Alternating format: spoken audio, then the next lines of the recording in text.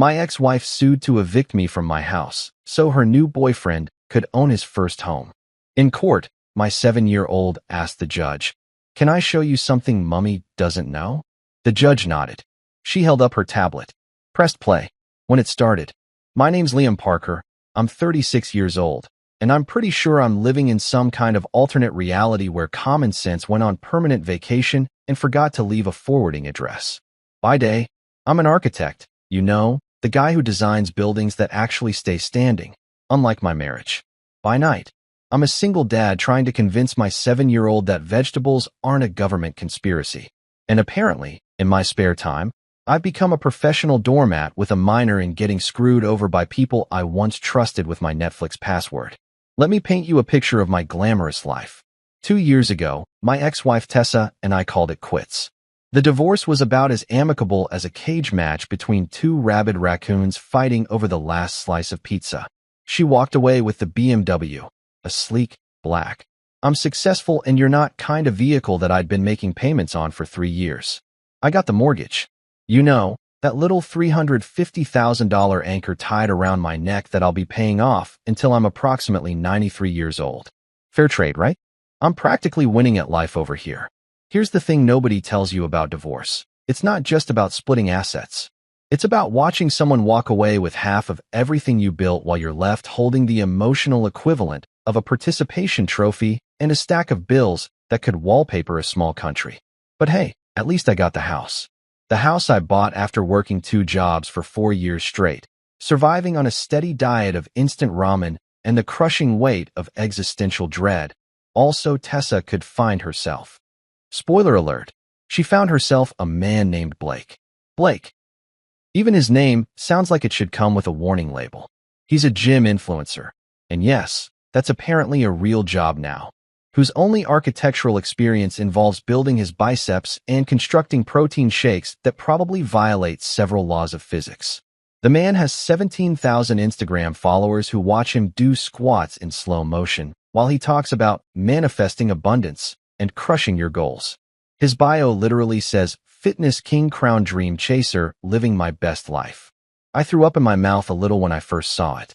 So imagine my complete and utter lack of surprise when, 3 months ago, I got a package in the mail that wasn't my usual Amazon delivery of stress relief tea and regret. No, this was a special delivery from the universe's customer service department, and the universe was apparently run by sadists. Legal papers. The kind that come in an official-looking envelope that makes your stomach drop faster than an elevator with cut cables.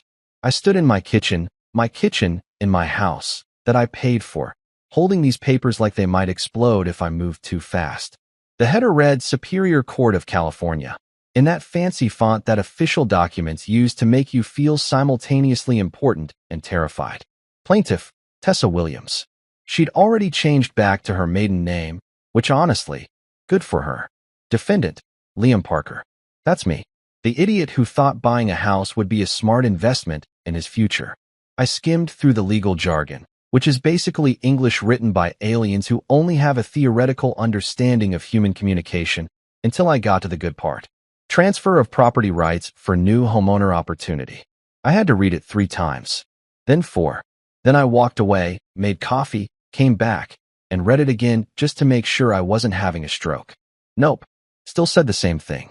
Translation for those of us who speak regular human. Tessa wanted me out of my own house so that Blake, her protein shake prince, her bicep-blessed boyfriend, her gym rat Romeo, could own his first home. My house. The one I designed. The one where I personally selected every fixture, every paint color, every door handle. The house where I'd spent countless nights in my home office, hunched over blueprints and AutoCAD files, designing buildings for other people while my own life fell apart in the next room. The house where I'd built a treehouse frame in the backyard for Ellie that was still waiting for me to finish it. The house that represented every sacrifice I'd made, every extra shift I'd worked, every dream I'd had about stability and family and putting down roots. And Tessa wanted to just hand it over to a guy whose greatest achievement was hitting 20K followers on TikTok by posting videos of himself doing burpees shirtless. I was still standing there, staring at these papers like they might spontaneously combust from the sheer audacity of their contents. when I heard little footsteps padding down the hallway. Ellie appeared in her pajamas, the ones with unicorns on them that she insisted on wearing every single night, even though they were getting too small and I needed to buy her new ones. She had her stuffed elephant tucked under one arm and sleep still crusted in the corners of her eyes. "Daddy." Her voice was small, uncertain. Kids have this weird sixth sense for when adults are stressed, like tiny emotional radar detectors. I quickly tried to school my face into something that didn't scream, "Your mother is trying to steal our house." But I'm pretty sure I failed miserably. I must have muttered something under my breath. Probably eviction notice, or "Are you freaking kidding me?" or some combination of profanity that I immediately regretted saying within earshot of a 7-year-old. Ellie blinked up at me with those huge brown eyes that she definitely got from her mother, even though I hate admitting that Tessa gave me anything good. "Daddy, are we moving again?" And there it was. The knife, right in the gut, twisted for good measure. We'd already moved once when Tessa and I split. Ellie had to change schools, leave her friends, adjust to shuttling between two houses every other week like a tiny human ping-pong ball. She'd handled it better than I had, honestly, but I could see the worry in her face now. The fear that everything stable was about to get yanked away again. I bent down to her level, which at my height requires actual structural engineering of my knees, and forced myself to smile. It probably looked deranged. I felt like a hostage in one of those proof-of-life videos, holding up today's newspaper while someone off-camera holds a gun to my head. "No, sweetheart. We're not moving. Your mummy's just confused." Confused. That was the nicest word I could come up with that didn't require me to establish a swear jar fund that would pay for Ellie's college education. Confused about basic property rights. Confused about the concept of "this isn't yours." Confused about the fundamental principle of not trying to steal your ex-husband's house for your boyfriend who thinks meal prep is a personality trait. Ellie seemed satisfied with this answer, or at least willing to pretend she was for my sake. She nodded, hugged my leg, and shuffled back to her room to presumably continue whatever dream she'd been having about unicorns or ice cream or things that made sense in this crazy world. I stood up, my knees cracking like bubble wrap, and looked back down at the legal papers. Somewhere in Los Angeles, probably in some overpriced apartment with exposed brick and string lights that Blake definitely called aesthetic, Tessa and her lawyer had sat down and decided this was a good idea. That suing me for the house I built, literally and figuratively, was the right move. I walked over to my coffee maker, poured myself what was probably my fourth cup of the day, even though it wasn't even noon, and did what any rational adult would do in this situation. I laughed. Not a happy laugh. More like the kind of laugh you hear from villains in movies right before they snap and start monologuing about their evil plans. A laugh that said, "Oh, you want to play this game? Okay, let's play." Because here's what Tessa didn't know. I'm an architect. I design load-bearing structures. I understand foundations, support beams, and what happens when you try to remove something essential from a stable system. I know how to build things that last. And I also know how to fight for what's mine. This house. It wasn't just property. It was proof that I'd survived. That I'd built something solid, even when everything else fell apart. So bring it on, Tessa. Bring your lawyer. Bring your gym rat boyfriend. Bring whatever delusional arguments you've cooked up. This house has my name on the deed, my blood in the walls, and my daughter's height marks on the kitchen door frame. You want it? You're going to have to tear it from my cold, legally documented hands. And spoiler alert, I've got receipts. Literal ones. Every single payment, every invoice, every proof of purchase. Paper doesn't lie. People do, usually with matching fonts and fake smiles. I took another sip of coffee, set the legal papers on the counter, and started making a list. First thing, call a lawyer. Second thing, organize every document that proved this house was mine. Third thing, figure out what the hell was wrong with the universe that this was even happening. But that last one might take a while. I had a feeling this was going to be a long fight. Good thing I'd built this house to last. 3 days after receiving the legal papers that made me question whether I'd accidentally slipped into an alternate dimension where logic didn't exist, my phone buzzed with a text message from Tessa. I was in the middle of a client meeting, trying to explain why knocking down a load-bearing wall to create an open concept vibe was a terrible idea that would result in their second floor becoming their new first floor, when I saw her name pop up on my screen. My stomach immediately did that thing where it tries to escape through your throat. Let's talk over coffee. Civilly. I stared at that message for a solid 30 seconds while my client droned on about how they saw this really cool design on Pinterest. Civilly. That word right there, that was my first red flag. When your ex-wife uses the word civilly, what she really means is, I'm about to ruin your day, but I'm going to do it in a public place where you can't yell at me without looking like a psychopath. It's the adult equivalent of a kid saying, no offense, right before they tell you that your haircut makes you look like you lost a fight with a lawnmower. In my experience, which admittedly is extensive when it comes to Tessa-related disasters, civilly also tends to mean, I brought a lawyer, or I've rehearsed this conversation 17 times in the mirror, or, in the worst-case scenario, both of the above plus I'm recording this for evidence. Nothing good ever comes from a conversation that needs to be prefaced with a promise of civility. That's like a surgeon saying, don't worry, I'll try not to kill you. The fact that they have to say it at all is deeply concerning.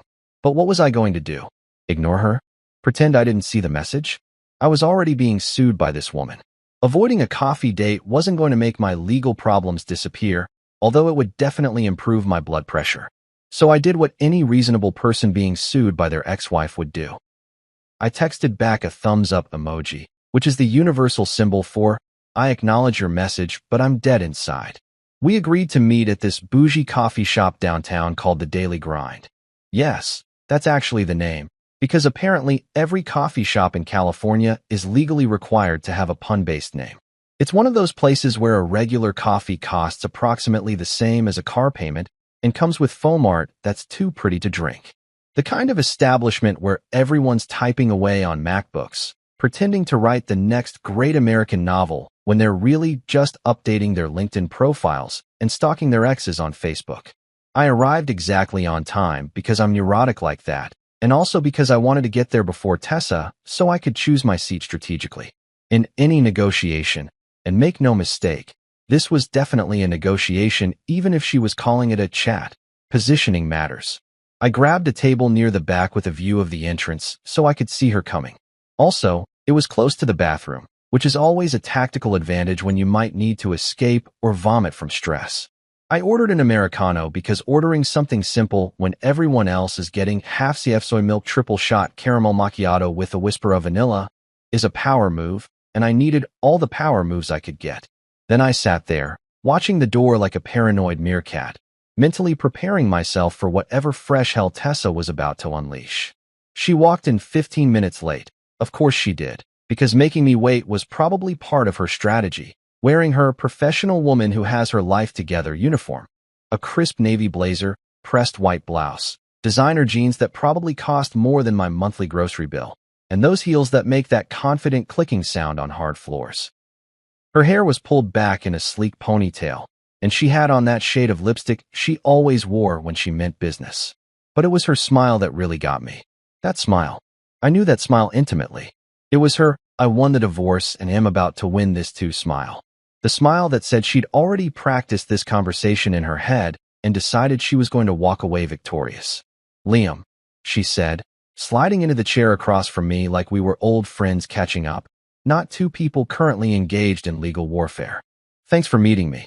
Didn't realize I had a choice. I replied, taking a sip of my coffee that was still too hot and burned my tongue. Perfect.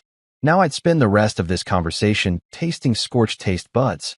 Your lawyer made it pretty clear that communication was encouraged.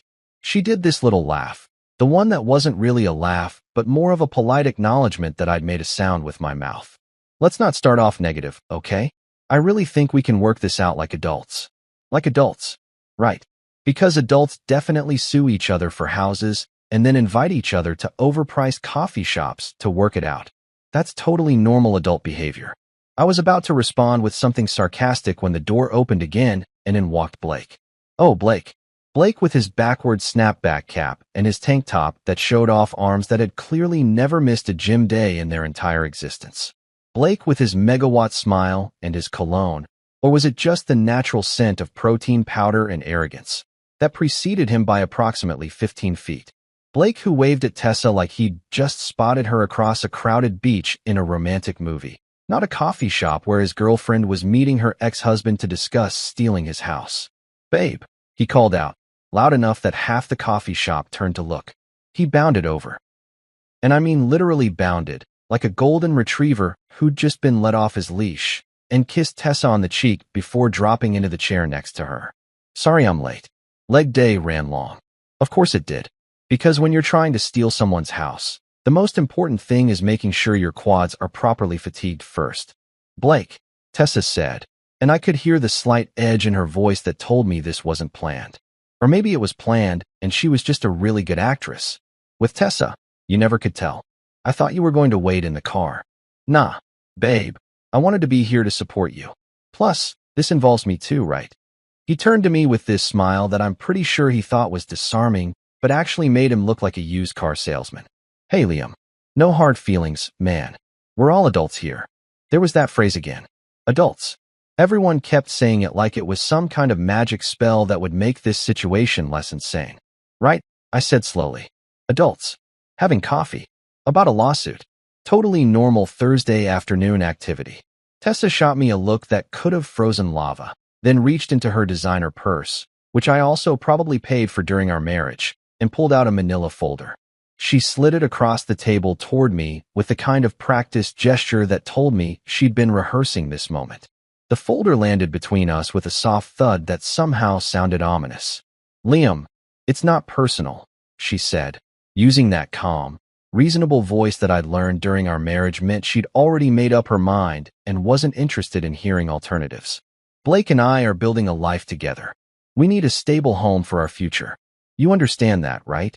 I opened the folder because apparently I'm a glutton for punishment. Inside were documents, lots of documents, with highlighted sections and sticky notes with Tessa's handwriting. They were talking about equitable distribution and fair market value and reasonable accommodation and a bunch of other legal terms that basically boiled down to, "Give us your house." "Your future," I repeated, looking up from the papers. "Your future looks exactly like my current address." "What a coincidence." "Look," Blake interjected, leaning forward and putting his elbows on the table in this casual way that was probably supposed to make him seem approachable, but really just invaded my personal space. "I get it, man. You're attached to the place. But every man needs his first home, you know? It's like a milestone. And Tessa and I, we're ready to take that step." I felt my eye twitch. Literally twitch. Like I was developing a nervous tic in real time. "A milestone," I said. "Buying your first home. That's definitely a milestone. You know what else is a milestone? Actually buying it. With your own money. From someone who's selling it. Not suing your girlfriend's ex-husband for it." Blake blinked at me like I'd just spoken in ancient Greek. Tessa put her hand on his arm, a gesture that was clearly meant to shut him up before he made things worse, and turned her attention back to me. "You're being difficult," she said, and there was that edge in her voice now, the one that used to make me back down during arguments because I didn't want to fight. But I wasn't that guy anymore. That guy died somewhere around the time I signed the divorce papers and realized I'd spent 7 years married to someone who viewed me as an ATM with feelings. Difficult. I leaned back in my chair and smiled. A real smile this time, not the hostage smile I'd given Ellie. "Nah, Tessa, I'm not being difficult. I'm being a load-bearing wall." She frowned. "What? A load-bearing wall?" I repeated, enjoying her confusion more than I probably should have. "You know, the kind you can't just remove without the whole structure collapsing? That's me. I'm the load-bearing wall of this situation. You can't just take me out of my own house because your boyfriend needs a milestone." I stood up, leaving my half-finished Americano on the table. "But hey, I'll tell you what. When you two decide to buy your own place, with your own money, through legal channels, like actual adults, give me a call. I design houses for a living. I'd be happy to recommend a good realtor." I walked out of the daily grind feeling something I hadn't felt in 2 years, like maybe, just maybe, I wasn't going to let them steamroll me. Behind me, I could hear Tessa calling my name, but I didn't turn around. I had receipts to organize and a lawyer to call. This war was just getting started. You know that feeling when you think things can't possibly get worse, and then the universe looks at you and says, "Hold my beer." Yeah, that's basically been my life for the past week. After the coffee shop disaster where I walked out on Tessa and Blake's delusional presentation about why they deserved my house, I figured that was it. I'd made my position clear. I'd stood my ground. I'd used a construction metaphor that I was honestly pretty proud of. Surely, they'd realize this whole thing was ridiculous and back off. Spoiler alert, they did not back off. 5 days after the coffee date from hell, I was working from home, which sounds fancy but really just means I was sitting at my kitchen table in sweatpants, trying to finish a design proposal for a client who wanted their bathroom to have Zen energy, but also enough marble to bankrupt a small nation. Ellie was at school, the house was quiet except for the clicking of my keyboard, and I was actually having a semi-productive day. I'd even managed to drink my coffee while it was still hot, which for a single parent is basically winning the lottery. Then my doorbell rang. Now, I'm not a paranoid person by nature, but ever since receiving those initial legal papers, every unexpected sound made me jump like a cat in a room full of rocking chairs. The doorbell was no exception. I looked up from my laptop, glanced at the front door through the hallway like it might explode, and seriously considered just pretending I wasn't home. Maybe if I stayed really quiet, whoever it was would just leave the package on the porch and go away. But then the doorbell rang again. And again. Whoever was out there was persistent, which usually means one of three things: religious missionaries, someone selling something you definitely don't need, or legal trouble. Given my current situation, I was betting on option 3. I shuffled to the door in my sweatpants and a t-shirt that had a coffee stain on it from 3 days ago. Don't judge me. Laundry is hard. And peered through the peephole. Standing on my porch was Gary, my mailman. I'd known Gary for about 4 years now. He was a good guy, early 50s, always had a joke or a comment about the weather, the kind of mailman who remembered that I liked getting packages on the porch rather than having to go to the post office to pick them up. But today, Gary looked like he'd rather be anywhere else on earth. He was holding a large envelope, the official-looking kind, and his expression was somewhere between, "I'm sorry for your loss," and "please don't shoot the messenger." I opened the door. "Hey, Gary." "Liam," he said, and his voice had that tone people use at funerals. "Man, I hate to do this, but I need you to sign for this." He held out the envelope like it was contaminated with something radioactive, along with his little electronic signature pad that always made me feel like I was signing my life away every time I used it. Which, given the current circumstances, might actually be accurate. I took the pad and scribbled something that vaguely resembled my signature. Let me guess. More good news from my ex-wife. Gary winced. "Man, this looks rough. Like, really rough. I've been delivering mail for 23 years, and I can always tell when someone's getting the bad kind of legal mail. This is definitely the bad kind." "Yeah," I said, taking the envelope from him with all the enthusiasm of someone accepting a live grenade. "It's from my ex. She's recycling her wedding lawyer. Apparently, he did such a great job helping her take half my stuff the first time that she hired him back for the sequel." Gary shook his head in that universal gesture of male solidarity that said, "Women, am I right? But also, I'm not touching that topic with a 10-foot pole because I value my marriage." He backed away from my door like the envelope might explode at any second. "Good luck, man. You're gonna need it." "Thanks, Gary. Your sympathy is truly heartwarming." He was already halfway down my walkway, probably eager to get away from whatever legal disaster was unfolding at my address. I couldn't blame him. If I could run away from my own life, I probably would too. I closed the door and stood in my entryway, holding this envelope like it was a bomb that might detonate if I opened it too fast. Through the window next to the door, I could see Gary driving away in his little mail truck, probably thanking whatever deity postal workers pray to that he didn't have to stick around and watch me read whatever fresh hell was inside. I walked back to the kitchen, set the envelope on the table next to my laptop, and stared at it for a solid 5 minutes. Maybe if I looked at it long enough, it would spontaneously combust or transform into something less terrible, like a coupon for a free sandwich or a notification that I'd won the lottery. But no, it just sat there, being all official and ominous. Finally, I ripped it open, because apparently I'm the kind of masochist who can't leave well enough alone, and pulled out the papers inside. They were thicker this time, more official looking, with more stamps and seals and signatures, and all the bureaucratic bells and whistles that said, "This is real now, buddy, and you're officially screwed." At the top, in bold letters that seemed to be mocking me, "Official notice of legal action, property dispute."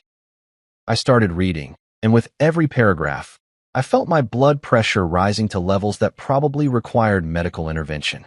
The lawsuit was written in that special kind of legal language that's technically English, but might as well be ancient Sumerian for all the sense it made to normal humans.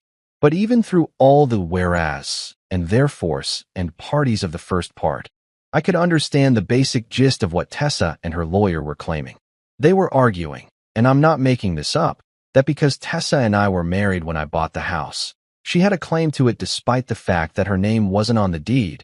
She didn't contribute to the down payment, and she'd already waived her rights to the property in our divorce settlement.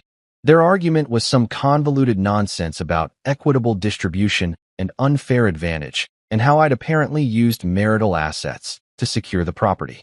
Marital assets. The money I'd earned working 2 jobs while she was finding herself by taking yoga classes and expensive weekend trips with her girlfriends was apparently marital assets now. But the real kicker, the part that made me actually laugh out loud in my empty kitchen like a crazy person, was the section where they explained the reasoning behind the lawsuit. I'm going to quote it directly because you can't make this stuff up. The plaintiff seeks only fairness and stability for her family unit as she embarks on this new chapter of her life. The property in question would provide the appropriate foundation for establishing a secure household environment. Her family unit. Her family. They were literally calling Tessa and Blake a family unit in official legal documents, as if slapping an official-sounding label on their relationship somehow justified stealing my house. By family, they obviously meant Blake. The guy whose idea of a secure household environment probably involved a weight bench in the living room and protein shakes in the fridge where normal people keep actual food. I couldn't take it anymore. I grabbed my phone and called Tessa. She picked up on the 3rd ring, and I could hear music in the background, probably Blake's workout playlist, which no doubt consisted of songs with titles like Eye of the Tiger and Gonna Fly Now. Liam, she said, and she had the audacity to sound surprised, like she couldn't possibly imagine why I'd be calling her after being officially served with lawsuit papers. I was going to call you. You sued me, I interrupted, because I wasn't in the mood for small talk or pleasantries or whatever script she'd prepared.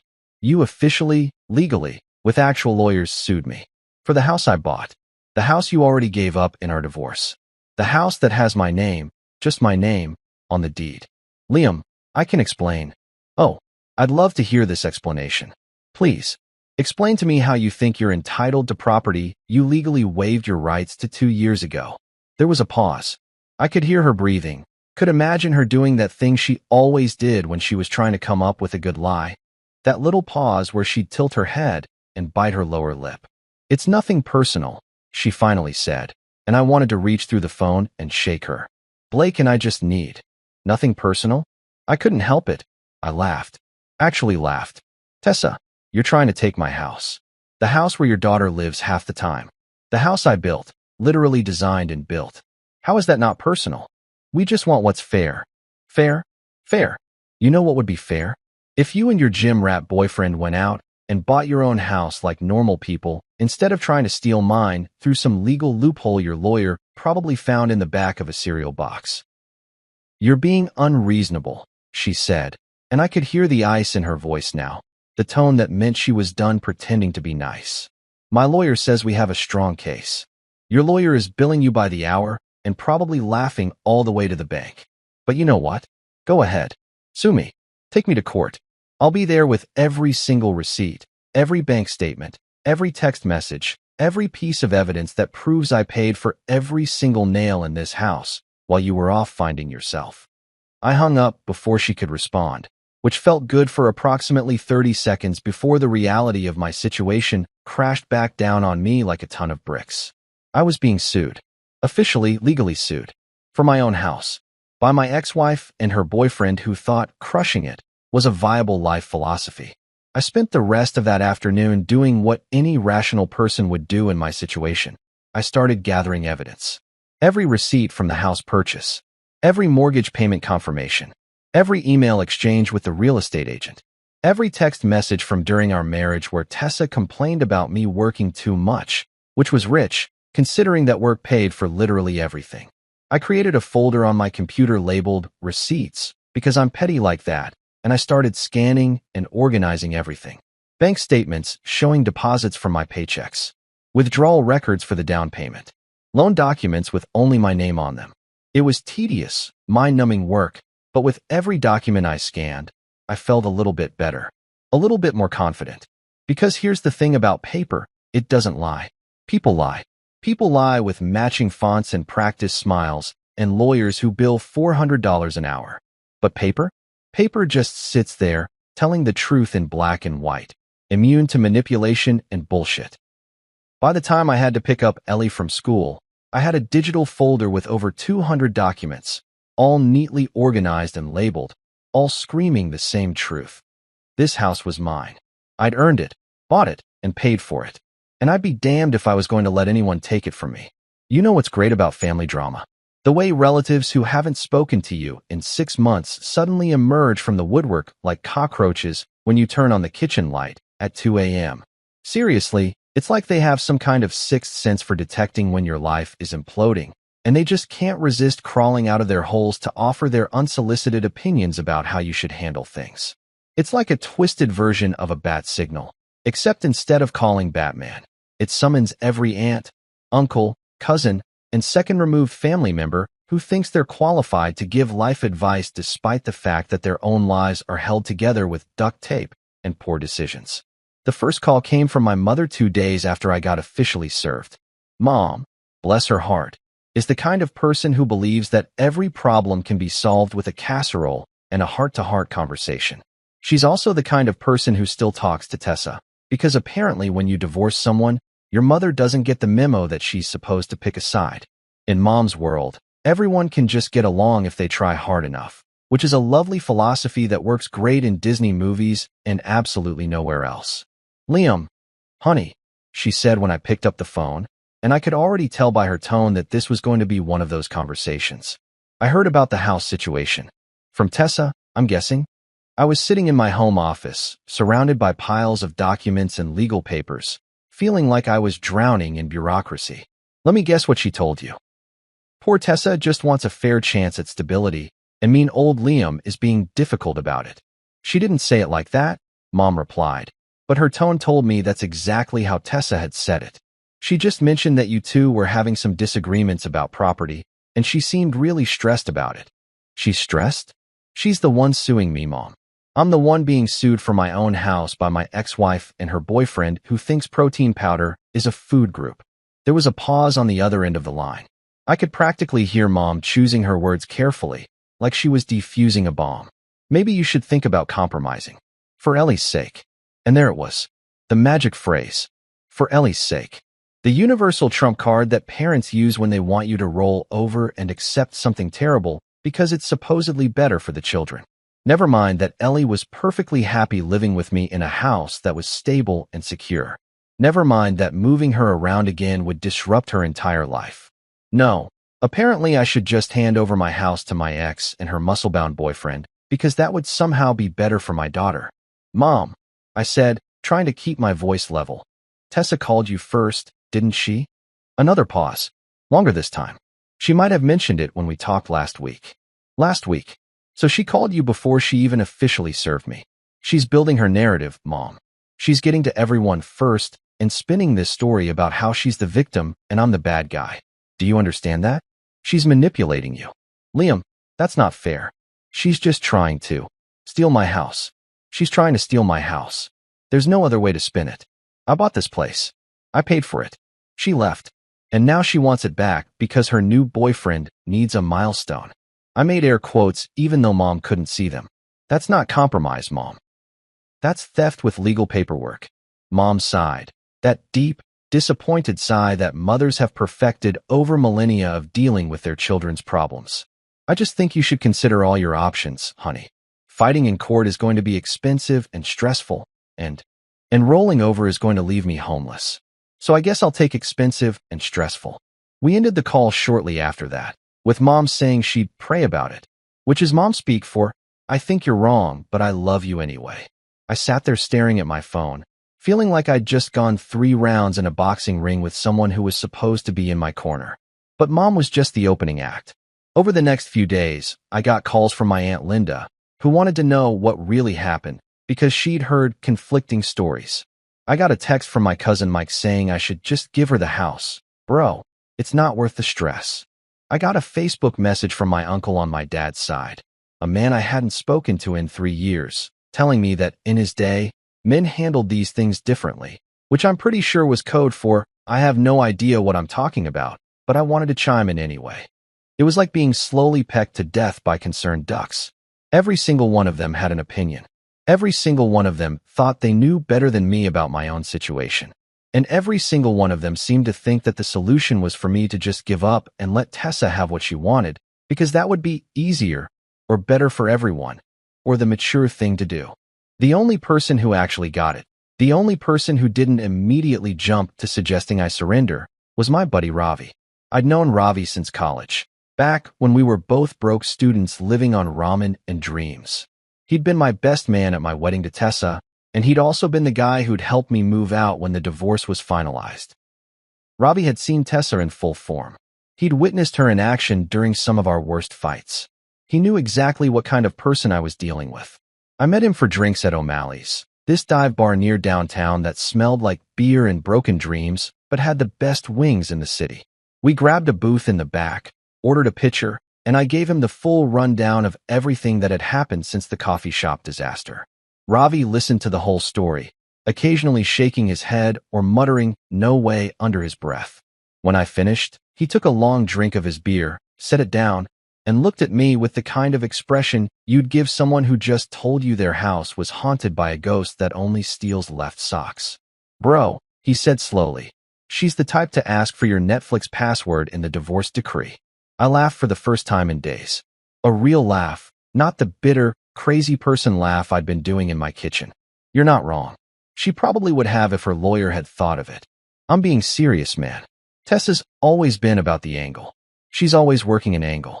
Remember when you guys were getting married and she wanted you to put her name on your life insurance, but she didn't want to add you to hers? Remember that? I did remember. I'd forgotten about it until Ravi brought it up, but yeah, that had been a thing. A weird thing that should have been a red flag, but that I'd ignored because I was in love and stupid. She's doing the same thing now, Ravi continued. She's working the angle. She sees your house. She sees that Blake needs a place. And she's thinking, why should we buy when we can just take Liam's? It's not about fairness or Ellie or any of that crap she's feeding your mom. It's about convenience. She's always been about what's convenient for her. Tell that to my family, I said, gesturing with my beer. Everyone keeps saying I should compromise. Like compromising my own house is somehow reasonable. Your family's soft, man. No offense. They don't get it. They think if everyone just plays nice, everything works out. But Tessa's not playing nice. She's playing to win. And if you don't fight back, she's gonna steamroll you. We spent the next hour talking strategy. Well, mostly Ravi talking and me listening while I worked my way through too many wings and too much beer. He suggested I document everything, get a good lawyer, and make her regret even thinking about this. By the time I left, I felt better. Not good, but better. Like maybe I wasn't completely crazy for fighting this. Then there were the ex-in-laws. Oh boy, the ex-in-laws. Tessa's parents had never particularly liked me. I think they always thought their daughter could do better than an architect who wore jeans to family dinners. But we'd maintained a civil relationship after the divorce because of Ellie. They were her grandparents, after all, and I wasn't going to be the kind of petty ex who cut them off completely. But when Tessa's mom, Carol, called me 3 days after my conversation with Ravi, I realized that civility had officially ended. "Liam," she said, and her voice had that tight, controlled quality that meant she was angry but trying to sound reasonable. "I wanted to talk to you about this house situation." "Of course you did." I was in my car, sitting in the parking lot of Ellie's school, waiting for pickup. "Let me guess. Tessa called you." "She's my daughter." "Of course she called me. And she's very upset about how you're handling this." "How I'm handling this?" "Carol, she's suing me. For my house. How exactly should I be handling it? Should I just hand over the keys and say thanks for the memories?" "Blake's a good man," Carol said, completely ignoring my question. "He's good for Tessa. He's stable, he's got ambition, and he treats her well. They're trying to build a future together, and you're standing in the way." I had to bite my tongue to keep from saying what I was really thinking, which involved several words that would have gotten my mouth washed out with soap if I'd said them in front of my mother. Blake's a gym influencer who posts videos of himself doing squats for internet points. That's not stability, Carol. That's narcissism with abs. That's not fair. You don't even know him. I know he's trying to steal my house without paying for it. That's really all I need to know. Carol made this huffing sound that reminded me exactly where Tessa got her dramatic sighs. You're being selfish, Liam. This isn't just about you. Think about what's best for everyone. What's best for everyone is for Tessa and Blake to buy their own house like adults. You know, the way normal people do it. We went back and forth for a few more minutes before she gave up and hung up on me, which was fine because I had to go pick up Ellie anyway. But as I walked toward the school entrance, I couldn't shake this feeling that everyone in Tessa's orbit was being fed the same story. The same carefully crafted narrative about how I was the bad guy and she was just trying to do what was best for her family. Meanwhile, Ellie, the actual kid in this situation, the one person whose welfare everyone claimed to care about, was starting to sense that something was wrong. Kids are like that. They pick up on tension the way dogs can smell fear. You can tell them everything's fine, you can smile and joke and act normal, but they know. They always know. I noticed it in little ways at first. She was quieter than usual. She'd stopped asking about visiting her mom as much. And then one afternoon, I found her sitting at the kitchen table, drawing with her markers. Nothing unusual about that. Ellie loved to draw, but when I looked at what she was making, my heart sank. She'd drawn a picture of a house. Our house, I assumed, based on the blue door she'd colored in. There were 3 stick figures in front of it. One tall figure labeled Daddy, one small figure labeled me, and one figure that was just a giant red X. No label, just an X. That's a nice drawing, sweetheart, I said, trying to keep my voice casual. Who's that? Ellie looked up at me with those big, serious eyes. That's Mummy, she said matter-of-factly. She doesn't live here anymore. Kids don't need lawyers to see the truth. They just see it. Simple, clear, without all the complicated adult nonsense getting in the way. And looking at that drawing, at that red X where her mother should have been, I knew one thing for certain. I was going to fight for this house. Not just for me, but for her. Because this was her home too, and she deserved to keep it. You ever get that creeping sensation that something's off in your own house? Not like horror movie off, where you hear footsteps in the attic and discover a ghost with unfinished business. More like subtle, everyday things that make you question whether you're losing your mind or whether someone's been messing with your stuff.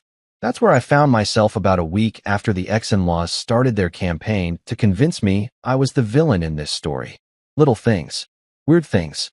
Things that made me feel like I was starring in a really low-budget psychological thriller where the twist ending is that I'm just paranoid and need therapy. It started with the smoke alarm. I woke up one Tuesday morning to the most annoying sound known to mankind. That chirping beep that smoke alarms make when the battery's dying. You know the one. The beep that happens exactly every 60 seconds, like clockwork, designed by sadists who understand that the human brain can't ignore repetitive noises even when we're trying to sleep. It's 3 a.m. and your smoke alarm decides it's the perfect time to announce it needs a new battery, because of course it does. Smoke alarms don't die during convenient daylight hours. They wait until you're deep in REM sleep, and then they attack. I stumbled out of bed, grabbed a chair from the kitchen, and climbed up to deal with it. Except when I opened the smoke alarm, there was no battery. Not a dead battery. Not a dying battery. No battery at all. Just an empty compartment staring back at me like it was judging my life choices. Now, I'm not an idiot. I know I changed that battery maybe 4 months ago. I specifically remember doing it because Ellie had been watching me and asking approximately 8,000 questions about how batteries work and why smoke alarms need them, and whether robots have smoke alarms. That's not the kind of thing you forget. But standing there at 3 a.m. on a kitchen chair in my boxers, looking at an empty battery compartment, I started second-guessing everything I knew about reality. Maybe I'd dreamed changing the battery? Maybe I was having some kind of early-onset memory loss. Maybe I'd been abducted by aliens who specifically targeted smoke alarm batteries because they were researching human safety protocols. I found a new battery, installed it, went back to bed, and tried to convince myself it was nothing. Just one of those weird things that happens. Maybe the battery had fallen out somehow. Maybe Ellie had taken it for a school project and forgot to mention it. Maybe I was overthinking things because I was stressed about the lawsuit and my brain was looking for problems where there weren't any. Then the heating situation happened. It was mid-October, and California weather is schizophrenic at the best of times. During the day, it'd be 75 degrees and sunny, Perfect weather for pretending your life isn't falling apart. But at night, the temperature would drop into the 50s, cold enough that you needed to run the heater unless you wanted to wake up feeling like you'd spent the night in a refrigerator. I'd program the thermostat to kick on automatically at 9 p.m., stay on overnight, and shut off at 6 a.m. Simple, straightforward. The kind of basic home automation that makes you feel like you're living in the future even though you're really just using technology from 2010. Except the heating kept shutting off randomly in the middle of the night. I'd wake up freezing, check my phone, see that it was 2 a.m., and realize the house felt like a meat locker. I'd stumble to the thermostat, and sure enough, it would be off. Not set to a lower temperature. Off. Completely off. Like someone had manually turned it off. The first time it happened, I figured I must have accidentally bumped it or programmed it wrong. The second time, I thought maybe the thermostat was malfunctioning. By the third time, I was starting to feel like I was losing my mind. I checked the programming. I reset the whole system. I even called the manufacturer's customer service line and spent 45 minutes on hold listening to Muzak versions of popular songs, while a tech support person in a call center somewhere walked me through diagnostics. Everything checked out. The thermostat was fine. The programming was correct. There was no reason it should be shutting off. Sometimes houses just do weird things, the tech support guy said, which is exactly what you want to hear from someone whose job is to understand how houses work. Could be a wiring issue. Could be interference from other electronics. Could be a lot of things. Could be someone breaking into my house and manually turning it off, I thought, but didn't say, because that would make me sound insane. Then came the garage door incident. I got home from work one Thursday afternoon. Had to leave early to pick up Ellie from school because Tessa had suddenly decided she couldn't make it for her pickup day, which was becoming a pattern. And as I pulled into my driveway, I noticed something that made my stomach drop. The garage door was half open. Not fully open like I'd left it that way on purpose. Not closed like it should have been. Half open, like someone had opened it, gone inside, and then closed it most of the way but not all the way. I sat in my car for a solid minute, staring at that garage door, running through possibilities in my head. Had I left it like that this morning? No. I specifically remembered closing it. I always closed it. I had an automatic opener that I religiously used every single time because I was paranoid about people breaking in and stealing my tools. Had the mechanism broken? Maybe. Garage doors are finicky. They break. It happens. But combined with the smoke alarm battery and the heating situation, this was starting to feel less like a series of coincidences and more like a pattern. I got out of the car, walked up to the garage, and manually closed it the rest of the way. Nothing seemed out of place inside. My tools were still there. Nothing was obviously missing or disturbed. But there was this feeling, this intangible, probably just paranoia feeling, that someone had been in there. That someone had gone through my stuff. I was still standing in the garage, trying to convince myself I was being ridiculous, when Ellie came bouncing up behind me. "Daddy," she said cheerfully, completely oblivious to my internal crisis. "Can we have mac and cheese for dinner?" "Sure, sweetie," I said, closing the garage door behind us as we walked into the house through the connecting door. "Hey, did Mummy mention anything about stopping by today?" Ellie looked up at me with those big, innocent eyes. "Oh yeah, Mummy and Blake came while you were at work. They said it was a surprise." I stopped walking. Actually stopped mid-step like someone had pressed pause on my entire existence. "They what?" "They came over," Ellie repeated, like this was the most normal thing in the world. "They brought me a cookie and said they wanted to check on the house. Blake said he was looking at the..." She scrunched up her face, trying to remember. The smoke thingy on the ceiling. The smoke alarm. Blake had been checking the smoke alarm. The same smoke alarm that mysteriously had no battery 3 days ago. I felt something cold settle in my chest. Not anger exactly. More like the realization that I wasn't paranoid. That all these weird things weren't coincidences, or my imagination, or faulty wiring. Someone, specifically my ex-wife and her muscle-bound boyfriend, had been coming into my house without my permission, messing with my stuff. Did they say anything else? I asked Ellie, trying to keep my voice calm and normal even though my brain was screaming.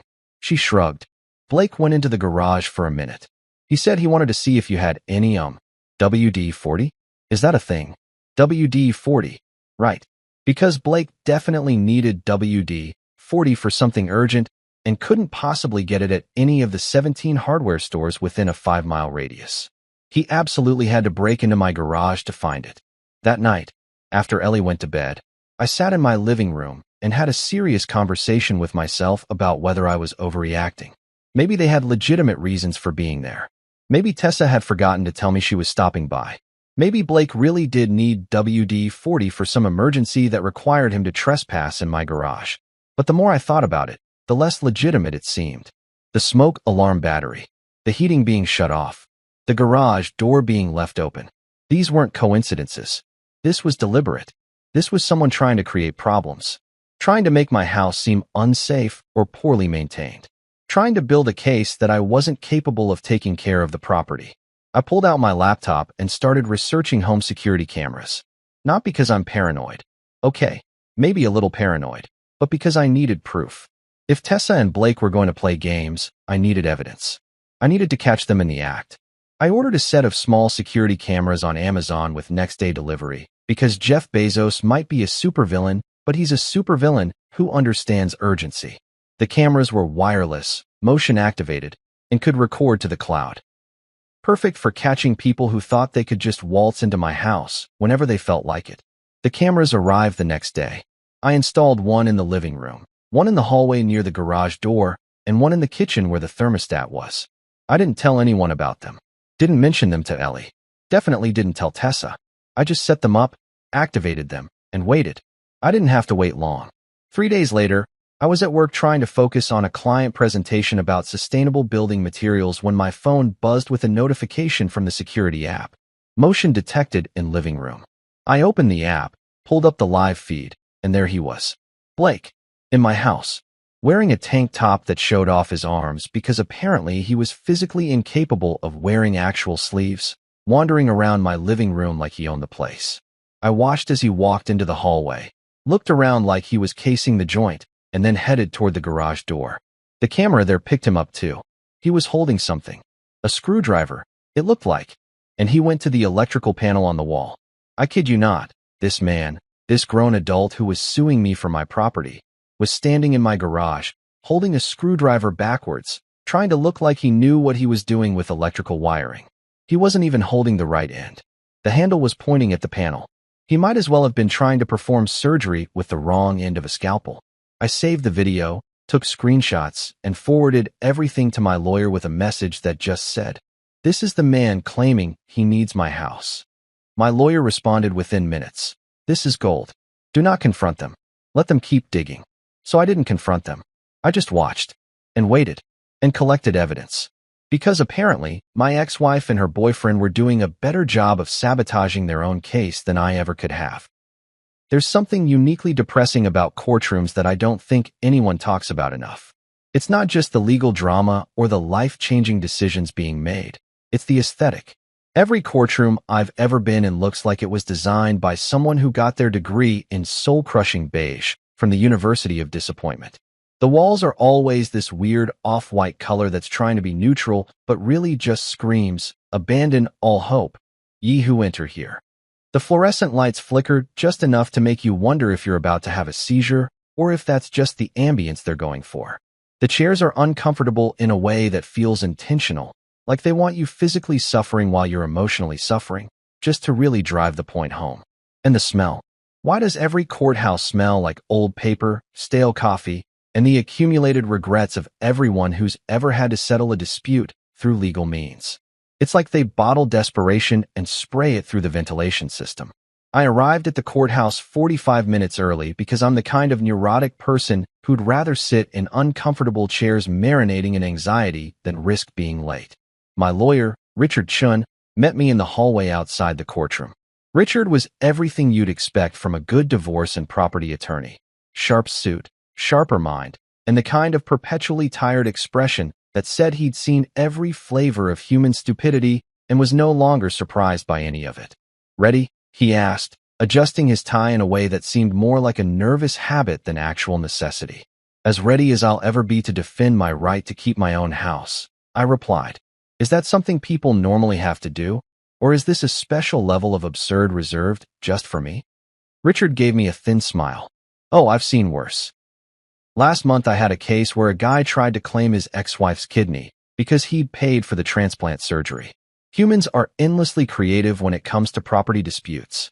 That's somehow both horrifying and weirdly comforting, I said. At least I'm not kidney guy. We walked into the courtroom, and there they were. Tessa and Blake, sitting at the plaintiff's table with Tessa's lawyer, a man named Douglas Pemberton who looked exactly like you'd picture a lawyer who takes sketchy cases for money. Expensive suit, slicked back hair, and a smile that probably cost more in dental work than my car. He was the kind of guy who'd defend a corporation dumping toxic waste into a children's hospital and sleep like a baby afterward. Tessa was dressed in what I'd started calling her sympathy outfit, a modest navy dress with a cardigan, minimal makeup, hair in a simple ponytail. She looked like she was interviewing for a job as a kindergarten teacher, not suing her ex-husband for his house. It was calculated. Everything with Tessa was calculated. She'd probably practiced her "I'm just a concerned mother trying to do what's best" face in the mirror for an hour before coming here. Blake, on the other hand, looked like he'd gotten lost on his way to a fitness expo. He was wearing a suit. I'll give him that. But it was too tight in the shoulders, probably because his arms were too swole for normal human clothing. His tie was slightly crooked, and he kept fidgeting with it like it was choking him. He looked about as comfortable and formal, whereas a golden retriever at a cat show. When we made eye contact, Blake gave me this weird head nod that I think was supposed to be respectful, but came across as condescending. Like, "Hey bro, no hard feelings about trying to steal your house. We're all men here." I didn't nod back.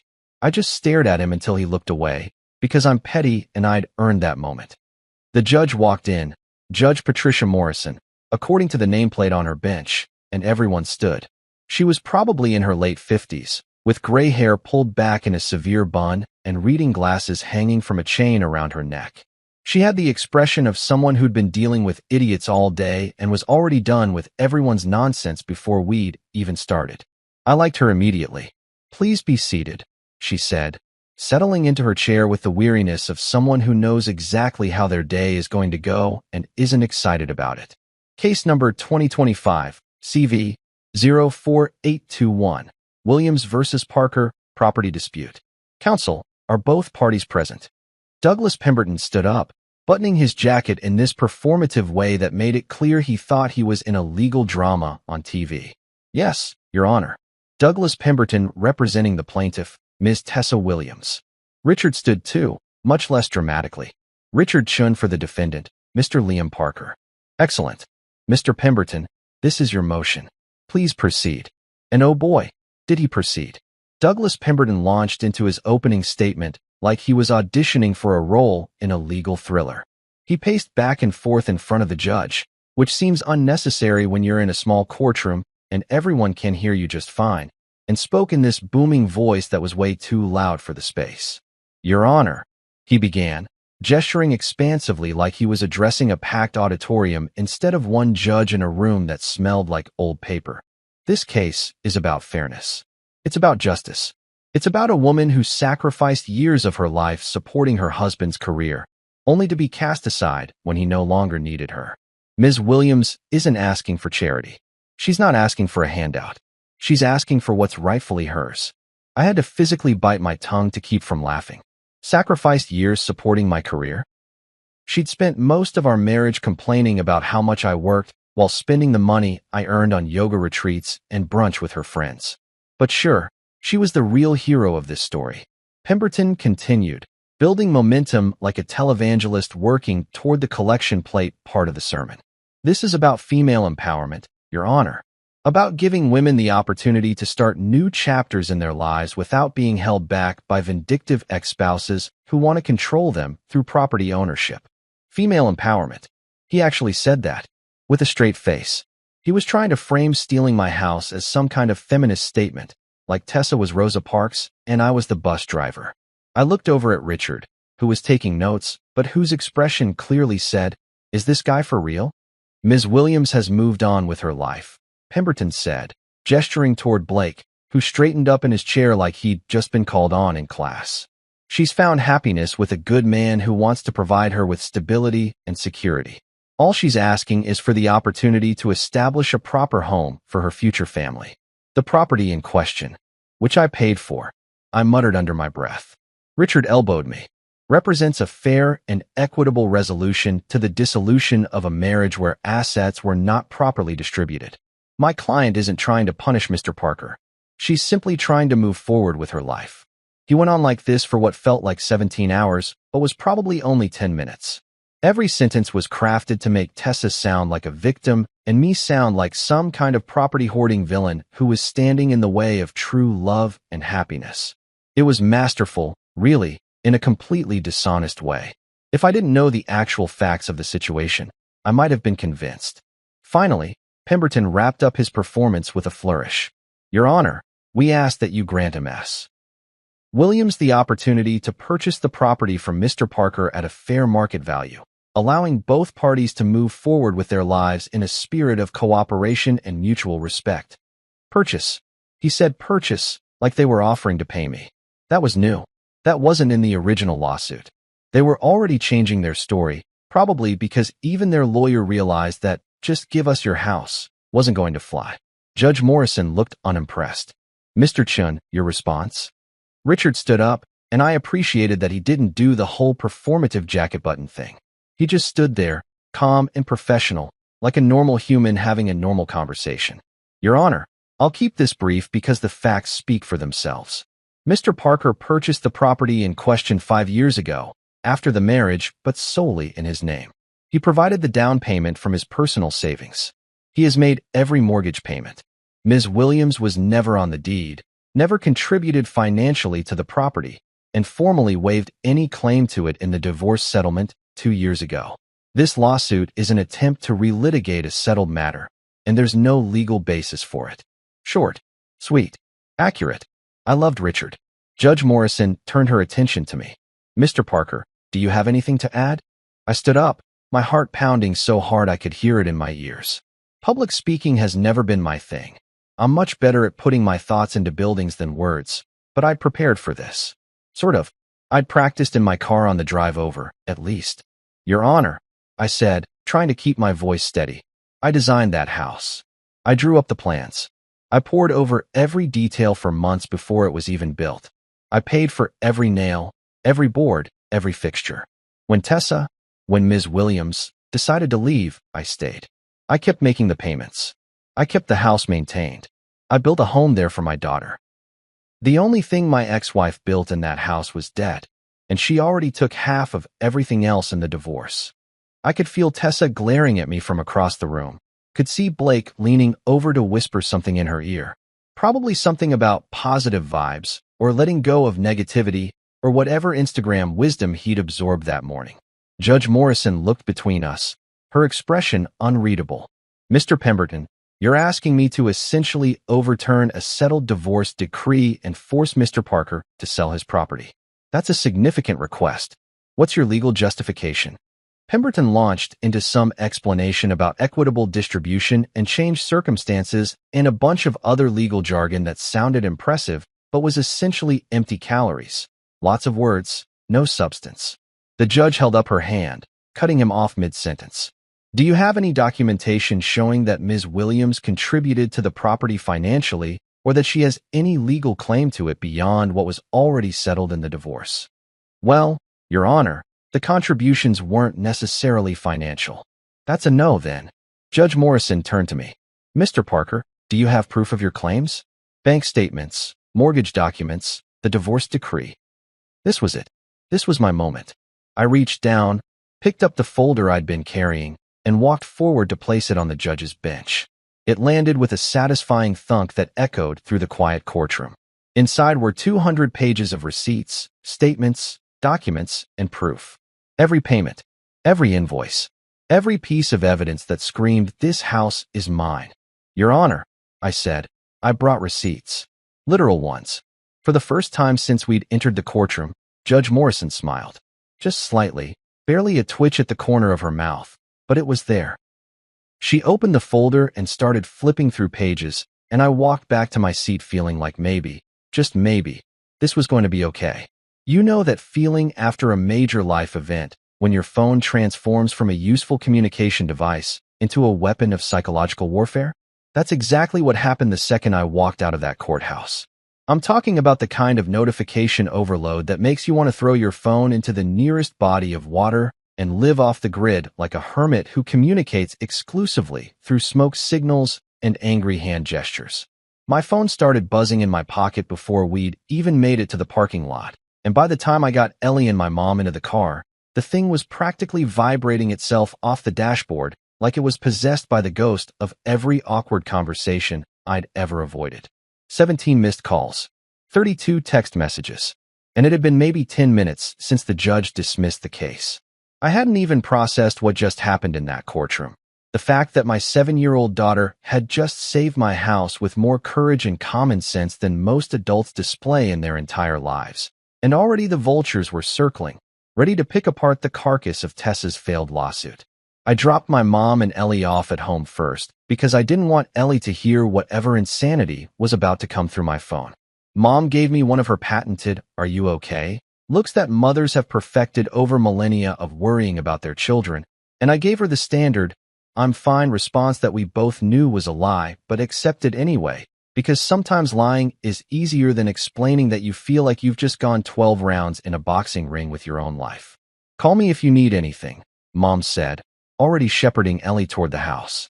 "And Liam, I'm proud of you. You stood up for yourself." I nodded, not trusting myself to speak without my voice cracking like a teenage boy going through puberty, and waited until they were inside before I finally looked at my phone. The screen looked like a war zone. Missed calls from Tessa, 5 of them. 3 from her lawyer, Douglas Pemberton, which was interesting because you'd think after getting absolutely destroyed in court, the last thing he'd want to do is call the guy who just won. 2 calls from Tessa's mother, Carol, which was about as appealing as a root canal performed by a dentist who's had too much coffee and not enough sleep. And 1 call from an unknown number that had left a voicemail. But it was the text messages that really got me. They read like a greatest hits compilation of people who suddenly realized they'd backed the wrong horse and were now trying to save face. From Tessa, "We need to talk. Please call me."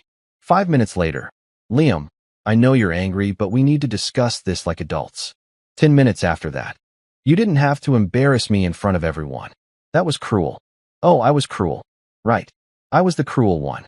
Not the person who sued me for my house, trespassed on my property, and tried to sabotage my smoke detectors. No, I was cruel for having the audacity to defend myself with evidence. That logic was so backwards it could have won a gold medal in mental gymnastics. From Blake, and yes, I still had his number saved in my phone from back when Tessa and I were trying to co-parent peacefully, and he'd somehow ended up in a group chat. Came this absolute gem. "You didn't have to make it public, man. Could have handled this privately. Not cool." I stared at that message for a solid 30 seconds, trying to figure out if Blake had suffered some kind of head injury that affected his understanding of cause and effect. He'd broken into my house, filmed himself tampering with safety equipment, and somehow I was the bad guy for letting a judge see the evidence? That was like robbing a bank, getting caught on security cameras, and then complaining that the police were being unfair by watching the footage. I typed out about 6 different responses, each one progressively more sarcastic than the last, before finally settling on, "You literally sued me in public court. Everything about this was public. Maybe next time don't commit crimes on camera." Send. Done. Moving on. The voicemail from the unknown number turned out to be from a local news station asking if I wanted to comment on the viral courthouse video, because apparently someone had recorded Ellie's testimony and it was making the rounds on social media. Great. Just what I needed. My daughter's brave moment being turned into content for people to share between cat videos and political arguments. I deleted the voicemail without responding because there was no universe in which I was going to let my kid become a meme. I was still sitting in my car in the driveway, contemplating whether it was too early in the day to drink, when my phone rang again. Mom. Of course it was Mom. She had that maternal sixth sense that told her exactly when I was at my most vulnerable and needed someone to either comfort me or give me a reality check. "Hey, Mom," I answered, pinching the bridge of my nose. "How are you holding up?" she asked, and I could hear Ellie singing something in the background about unicorns, blissfully unaware of the chaos her testimony had caused. "I'm fine. Just dealing with the aftermath. Everyone and their dog is calling me." "I saw some of the messages you got," Mom said carefully. "Tessa's mother called me too." "Of course she did. Carol was probably on a campaign to spin this whole thing as a misunderstanding, to make it seem like Tessa was the victim of some kind of conspiracy instead of the architect of her own downfall. What did she say? I asked, even though I really didn't want to know. She wanted me to talk to you about maybe not making them enemies. About trying to keep things civil for Ellie's sake. Mom paused. I told her that Tessa made herself an enemy when she unscrewed your smoke alarm. I had to smile at that. My mom, the eternal peacekeeper, had actually taken my side. That was character growth. That was development. That was the kind of support I'd needed 2 years ago during the divorce, but was grateful to have now. Thanks, Mom. I appreciate it. You're my son. Of course I'm going to support you, even when you're being stubborn. She said it with affection, the kind of gentle ribbing that only mothers can get away with. But Liam, seriously, are you okay? That was a lot in there today. Was I okay? That was the million-dollar question, wasn't it? I just won my case. I kept my house. My daughter had proven herself to be braver and more honest than half the adults in that courtroom. By all objective measures, I should be celebrating. But instead I just felt tired. Bone deep, existentially exhausted tired. The kind of tired that comes from having to fight for something that should have never been in question in the first place. I will be, I said finally. I just need to process everything. And probably change all my locks before Tessa decides to come by for round 2. That's probably smart. And Liam? Ellie wants to talk to you. There was some shuffling on the other end, and then I heard my daughter's voice. Daddy, hey sweetheart. You doing okay? Yeah. Grandma made me cookies. The chocolate chip ones. She said it with the kind of enthusiasm that only a 7-year-old can muster for baked goods. Daddy, are we safe now? Can we stay in our house? And there it was. The question that cut through all the legal nonsense and adult drama and got right to the heart of what this whole thing had been about. Not property rights or divorce settlements or who paid for what. Just a little girl wanting to know if her home was secure. Yeah, baby. We're safe. We get to stay in our house. Thanks to you. I was really scared, she admitted quietly. But I didn't want to move again. I like my room. And my tree house that you're still going to finish building, right? I laughed, a real laugh that felt good after days of stress. Right? I promise I'll finish the tree house. We can work on it this weekend. Okay. I love you, Daddy. I love you too, Ellie. More than anything. After we hung up, I sat in my car for a few more minutes, watching the sun start to set over my neighborhood, in front of my house, that I got to keep. Then I drove to Home Depot because if I was going to secure my property, I was going to do it right. I bought new locks for every exterior door. The expensive kind with the fancy deadbolts that require actual keys instead of the cheap ones that you can pick with a credit card and determination. I bought a new garage door opener and destroyed the old remote that Tessa probably had a copy of somewhere. I bought security system upgrades and outdoor cameras that would cover every angle of my property. The cashier looked at my card and asked if I was opening a locksmith business, and I just smiled and said divorce, which made her laugh and give me a sympathetic nod. That night, after I picked Ellie up and made us dinner, grilled cheese and tomato soup because I was too tired to be fancy, I spent 3 hours installing every lock, every bolt, every piece of security equipment. Ellie helped, handing me tools and asking questions about how locks work and whether bad guys could still get in if they really wanted to. Nobody's getting in without permission anymore, I told her, testing the new front door deadbolt. It clicked into place with a solid, satisfying sound that felt like closure. This house is locked down tighter than Fort Knox. What's Fort Knox? It's where they keep all the gold. It's super secure. Nothing gets in or out without authorization. She thought about this for a moment, then nodded seriously. Good. Because this is our gold. Our house is our gold. Kids, man, they just get it sometimes. Cut through all the complicated adult explanations and hit you with wisdom that's so simple and true it hurts. That night, after Ellie went to bed, I sat on my porch with a beer in my phone, which had finally stopped buzzing constantly. I scrolled through the messages I hadn't responded to, the half-hearted apologies from Tessa that weren't really apologies, the defensive messages from Blake trying to justify his actions, the concerned texts from relatives who wanted to make sure I wasn't going to do anything rash. I didn't respond to any of them. What was there to say? I'd said everything I needed to say in that courtroom. I'd presented my evidence, defended my property, and won. The rest was just noise. Just people trying to rewrite the narrative to make themselves feel better about what happened. When the new locks clicked shut that night, it wasn't just the sound of metal sliding into place. It was the sound of a chapter ending. It was the sound of boundaries being enforced. It was the sound of me finally taking back control of my own life. And if anyone asked, and they did, constantly, annoyingly, yes, the alarms worked perfectly. The house stood strong. And the only person with keys now actually knew how to use them. The thing about winning a lawsuit is that nobody prepares you for what comes after. They show you all these movies and TV shows where the hero wins their case. Triumphant music plays, and then it cuts to them living their best life like everything magically fixed itself the moment the judge banged their gavel. But real life doesn't work that way. Real life is messy and anticlimactic and full of awkward silences where you're supposed to just move on. Like flipping a switch from actively being sued to normal functioning human is something you can just do without any transition period or emotional processing time. The weeks following the courthouse showdown were weird, suspiciously quiet, like that moment in horror movies right before the jump scare. Except the jump scare never came, and you're just left sitting there in silence wondering if you're supposed to relax or stay on high alert forever. I kept waiting for the other shoe to drop, for Tessa to appeal the decision or Blake to show up at my door with some new scheme, but nothing happened. It was peaceful in a way that made me more nervous than the actual chaos had. Tessa did text me, of course, because apparently losing in court doesn't mean you've learned your lesson about boundaries. Her messages read like they'd been workshopped by a PR team trying to manage a celebrity scandal. I want to apologize for any misunderstanding that may have occurred during this difficult time. May have occurred. Like breaking into my house and unscrewing smoke detectors was some kind of ambiguous gray area that reasonable people could disagree about. I hope we can move forward in a spirit of cooperation for Ellie's sake. There it was again, Ellie's sake, the universal trump card that people play when they want you to forget they tried to screw you over. I didn't respond to most of them. What was I supposed to say?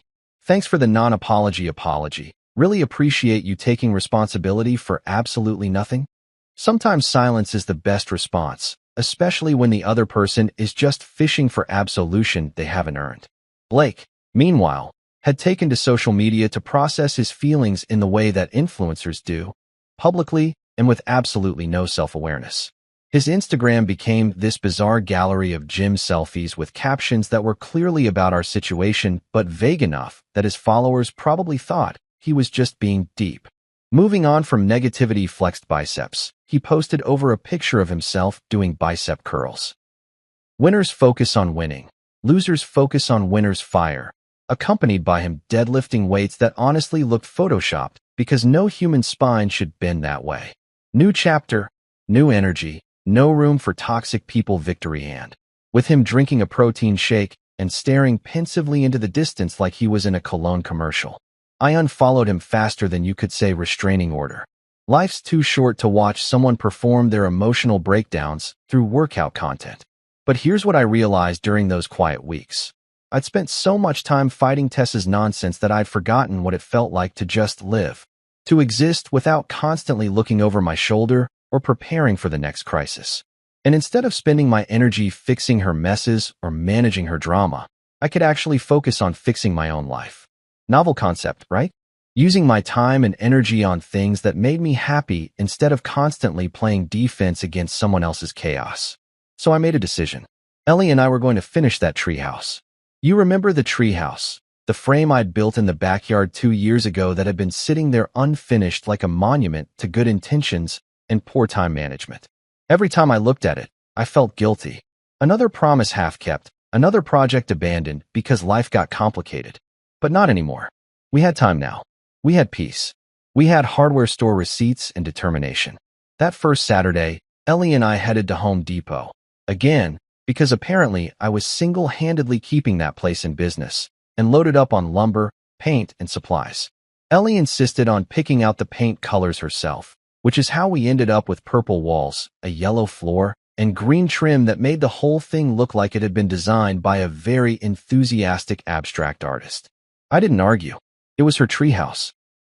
She could paint it to look like a rainbow threw up on it, if that made her happy. We spent 3 weekends working on it. For months. That's how long it took for Tessa to show her face at a family event after the courthouse disaster. For months of blessed silence, of life returning to something resembling normal, of Ellie and me existing in our house, without the constant threat of legal papers or midnight trespassing. For months of me almost forgetting that my ex-wife had tried to steal my property with all the subtlety of a bull in a china shop. Almost. The family gathering was at my cousin Sarah's house. One of those big Thanksgiving-adjacent dinners that my family insisted on having in October because apparently one massive family gathering per year wasn't enough torture. I debated not going, but Ellie wanted to see her cousins, and I wasn't going to let my drama deprive her of normal family experiences. So we showed up with a store-bought pie because I'd learned years ago that nobody actually wants my cooking, bearing gifts from the bakery section was acceptable, and pretending you made it yourself was a skill I'd perfected. I was in the kitchen, helping Sarah's husband with something involving cranberries that neither of us understood, when I heard Ellie's voice from the living room. Not scared exactly, but surprised. That tone kids get when they see someone they weren't expecting, like when you run into your teacher at the grocery store and your brain can't process them existing outside of school. I walked into the living room, and there she was. Tessa, standing in the entryway like she'd been invited, which she probably had been because my family has this annoying habit of trying to maintain relationships with everyone regardless of whether they've committed crimes against property and common sense. She was wearing casual clothes, jeans and a sweater. The kind of outfit that said, "I'm just here for family time. Nothing to see here. Let's all pretend I didn't sue the host's cousin 4 months ago." Blake wasn't with her, I noticed. Small mercies. Our eyes met across the room, and I watched her face do this complicated journey through several emotions: surprise, guilt, defiance, and finally settling on fake pleasantness. She walked over, navigating around relatives and small children like she was crossing a minefield, until she was standing in front of me holding a bottle of wine that she'd probably grabbed from the convenience store on the way over. "Liam," she said, her voice doing that thing where she tried to sound casual but came off as rehearsed. "I didn't know you'd be here." "It's my cousin's house," I replied flatly. "Where else would I be?" She did this little laugh that wasn't really a laugh, more of an acknowledgement that I'd made a sound with my mouth. "Right. Of course." She shifted the wine bottle from one hand to the other, a nervous gesture that I recognized from years of marriage. "Look, I wanted to say, about everything that happened, no hard feelings." I stared at her for a long moment, watching her squirm under my gaze. No hard feelings. She'd sued me for my house, broken into my property, sabotaged safety equipment, and tried to manipulate a judge, and she wanted to know if there were no hard feelings. Like we'd had a minor disagreement about where to eat dinner, not a full-blown legal battle that had cost me thousands in lawyer fees and years off my life from stress. "Oh, plenty," I said calmly, and I watched her face fall. "Plenty of hard feelings, Tessa. Just not yours anymore." She blinked at me, processing that. "That's not fair. I was just trying to steal my house." "Yeah, I know. You explained that very thoroughly in court. Multiple times." I crossed my arms. "But hey, points for creativity. Most people just accept the divorce settlement and move on. You decided to go for the gold." Her face flushed red, that angry color she got when someone called her out on her nonsense, and she couldn't deflect or play victim. "I came here to try to move past this. For Ellie's sake." There's that phrase again. Ellie's sake. You know what would have actually been for Ellie's sake? Not trying to make her homeless. Not breaking into her home. Not teaching her that it's okay to take things that don't belong to you if you really want them badly enough. Tessa's mouth opened and closed, searching for words. Finally, she just mumbled something about forgiveness and second chances and how families should support each other through difficult times. It was word salad, the kind of meaningless phrases people use when they know they're wrong but don't want to admit it. I reached into my pocket and pulled out something I'd been carrying around for weeks, waiting for exactly this moment. A key. One of the old house keys from before I'd changed all the locks. I'd kept it specifically for this purpose, and I'd even taken the time to saw it neatly in half with a hacksaw in my garage. Very therapeutic, actually. Highly recommend. I held out the 2 pieces to Tessa. "You wanted a key to the house so badly. Here you go." She looked at the sawed-in-half key in my palm, then up at my face, then back at the key. That's not even funny." "Wasn't trying to be funny. You wanted access to my property. There's your access. Good luck using it." From behind me, I heard Ellie giggle. She'd been watching the whole exchange, probably understanding more than she should. Daddy, was that mean? I turned to her and smiled. A real smile, not the hostage smile or the courtroom smile. No, honey, that's called symbolic architecture. Ellie nodded seriously like that made perfect sense, then grabbed my hand. Can we go home now? I don't like it here anymore. Smart kid. We left shortly after that, making our excuses to Sarah and grabbing our coats. The drive home was quiet, comfortable. Ellie hummed along to the radio, some pop song about friendship and dancing that played on repeat every 20 minutes. That night, we had pancakes for dinner because rules are made to be broken and breakfast food is superior to dinner food anyway. We ate on the couch, watching cartoons, getting syrup on the cushions and not caring because it was our couch in our house and we could get syrup wherever we damn well pleased. When bedtime came and I tucked Ellie in, she looked up at me with sleepy eyes. I'm glad we got to keep our house, Daddy. Me too, sweetheart. Me too. After she fell asleep, I did my nightly rounds, checking windows, testing the new locks, making sure the security system was armed. When the front door lock clicked shut for the night, I stood there for a moment, listening to that sound. It wasn't the sound of revenge or anger or bitterness. It was the sound of peace, the sound of boundaries, the sound of a door that stayed closed unless I chose to open it. Closure isn't about slamming doors in people's faces or grand dramatic gestures. It's quieter than that. It's the simple click that says, you don't live here anymore. This is my space, my home, my life. And if anyone asks, and they still do sometimes, relatives who want to gossip or Blake's followers who somehow find my Instagram. Yes, the alarms work perfectly. The house stands strong. And the only person with a key now actually knows how to use it.